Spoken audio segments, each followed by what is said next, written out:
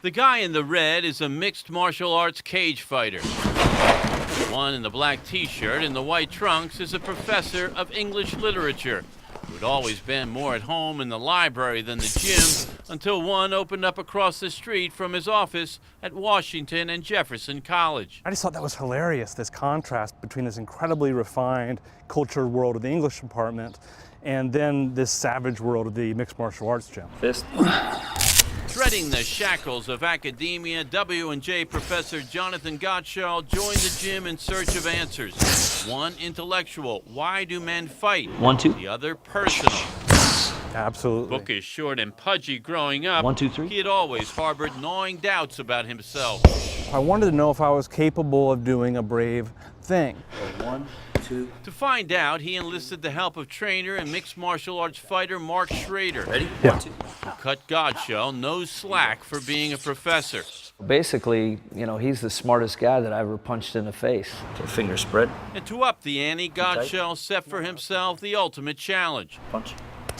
to train for a match with a professional cage fighter. It's a very primally terrifying thing to be locked up in the cage with a trained killer, and you know the only way out is to fight your way through him. Those 13 months divided between the gym and research in his office has yielded this book, The Professor in the Cage, a study of violence in men which has some surprising revelations. I think most men enjoy play fighting.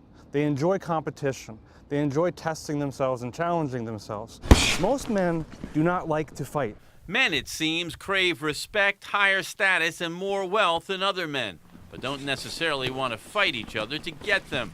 Instead of bar fights, duels, and wars, we've established games of ritual combat like football and cage fighting. So I basically came to the point of view that these sorts of ritualized contests that constrain aggression are a good thing in human life. Without them, the world would be a much darker and more violent place. Jonathan Gottschall, 5'11", 170 pounds. The research drove Gottschall here to this terrifying night in Johnstown when he entered the cage with professional fighter Justin McCloskey, the result of which Gottschall would rather we not reveal. My opponent was 24, he was a martial arts champion. I was a 40-year-old English professor, so you can kind of make some guesses about how things went. It didn't go very well for me.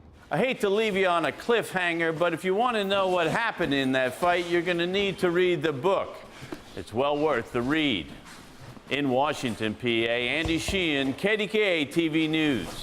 All right, I'm retired. I'm officially retiring. Going out on a win.